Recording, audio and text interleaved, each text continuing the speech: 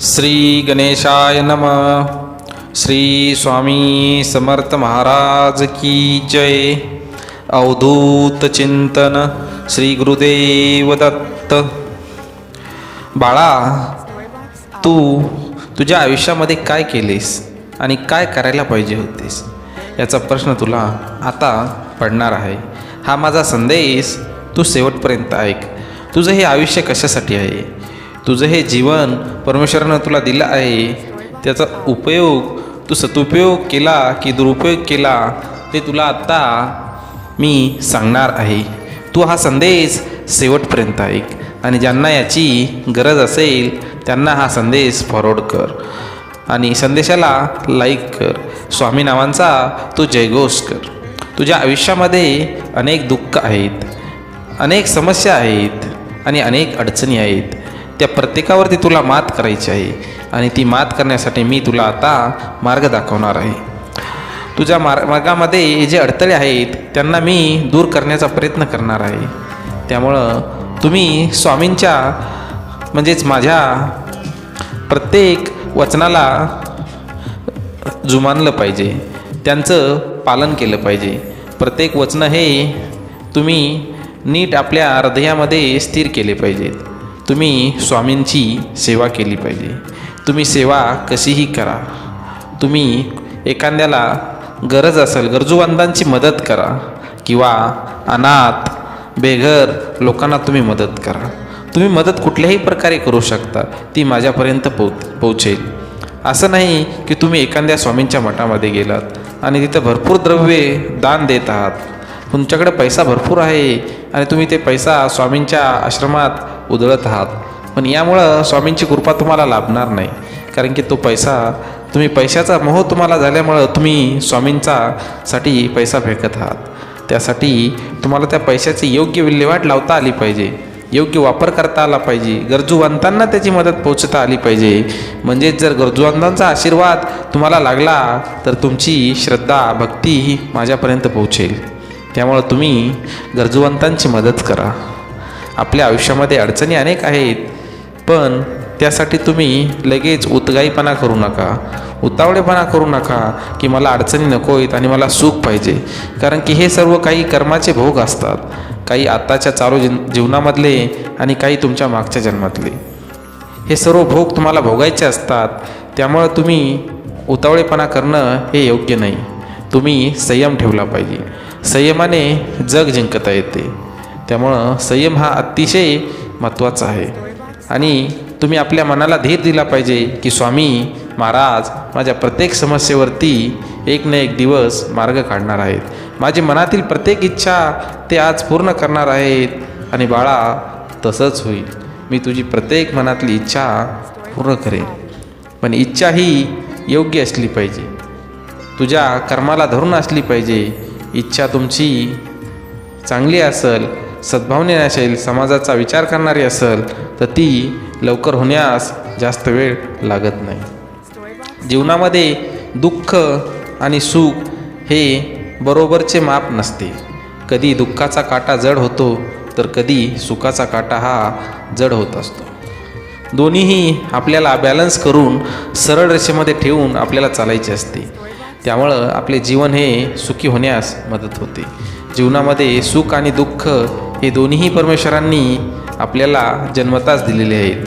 आपण एखाद्याकडे जर भरपूर पैसा असेल, द्रव्य असेल, तरीही तो माणूस सुखी नाही. या जगामध्ये, या भौतिक जगामध्ये, या कलियुगामध्ये आज कोणीच सुखी राहू शकत नाही. या ठिकाणी तुम्हाला फक्त आणि फक्त भक्ती मार्ग हा एकच मार्ग आहे जो तुम्हाला सुख प्रदान करू शकतो, तुम्हाला परमेश्वराशी एकरूप करू शकतो. परमेश्वर आणि तुमच्यामधला हा एक दुवा आहे.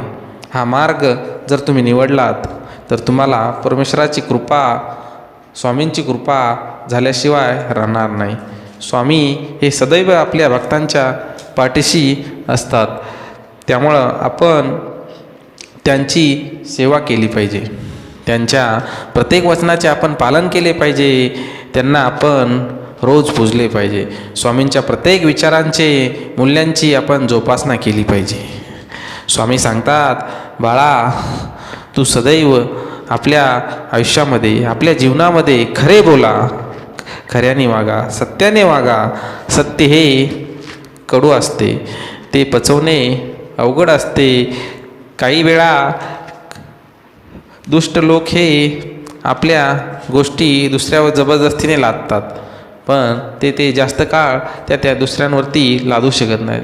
जास्त वेळ ते दुसऱ्यावरती अन्याय करू शकत नाहीत, कारण सत्य हे सत्यच असते. ते एक ना एक दिवस उजळ होणार असते, कारण सत्याचा कधीही विजय होतो. कारण सत्याच्या पाठीमागं भगवान असतात, परमेश्वर असतात, स्वामी असतात. त्यामुळं सत्याने वागा. सत्याचा नियम हा परमेश्वराने घालून दिलेले आहे. सत्य बोला, सत्यवाणी ठेवा, सत्य विचार ठेवा, आणि जे तुमचे वागणे आहे, बोलणे आहे, हे योग्य असले पाहिजे. एखाद्याची आता सर्वात महत्त्वाचा पॉईंट म्हटलं तर तुम्ही निंदा करू नका.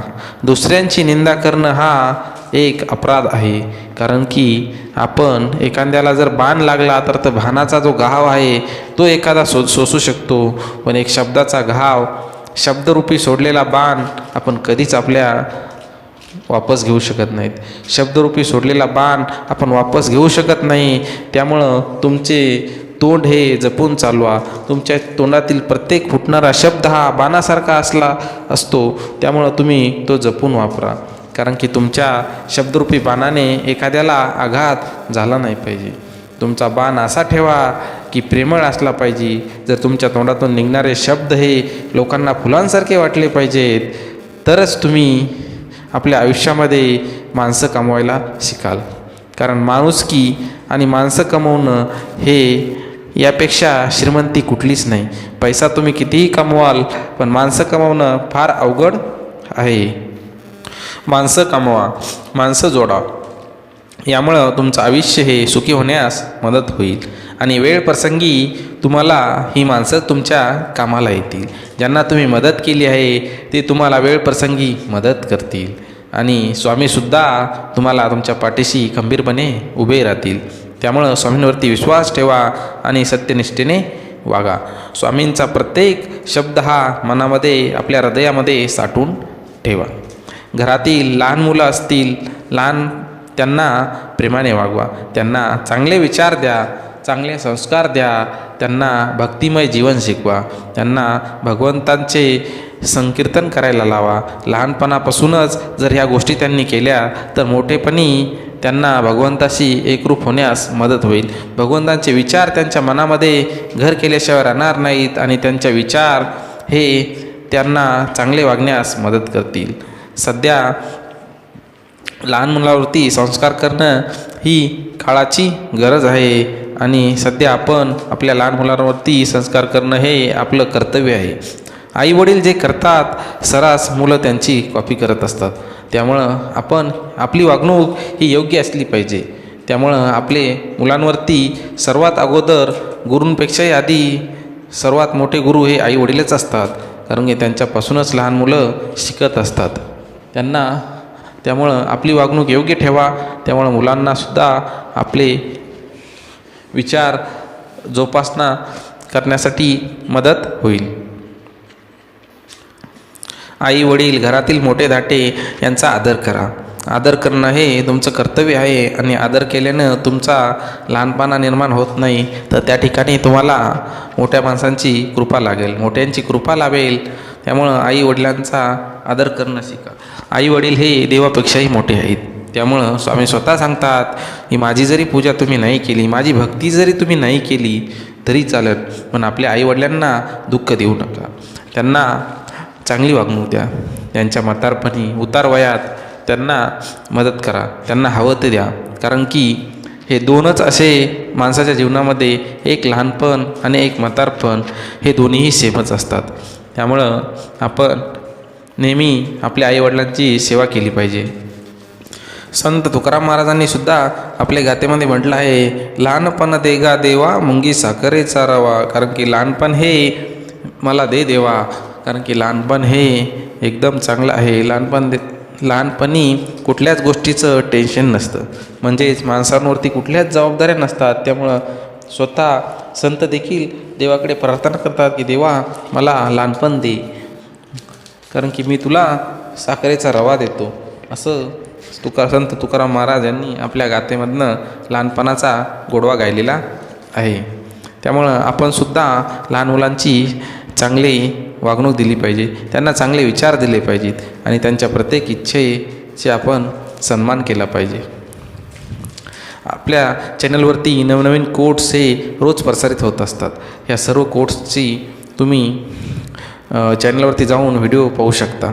आपले श्री स्वामी समर्थ यांचे अनेक व्हिडिओ आपल्या चॅनलवरती अवेलेबल आहेत. त्यांच्या विचारांचे, त्यांच्या मूल्यांचे जोपासना करण्यासाठी आपण हे चॅनलची निर्मिती केलेली आहे आणि आपण लोकांना या माध्यमातून चांगले विचार, 4 शब्द चांगले कानावर पाडण्याचा प्रयत्न करत आहोत. व्हिडिओ आवडला तर चॅनलला आपल्या नक्कीच लाईक करा, सबस्क्राईब करा आणि बेल आयकॉनलासुद्धा क्लिक करा. यामुळं आमचे नवीन अपडेट्स तुमच्यापर्यंत येत राहतील. धन्यवाद. श्री स्वामी समर्थ महाराज की जय.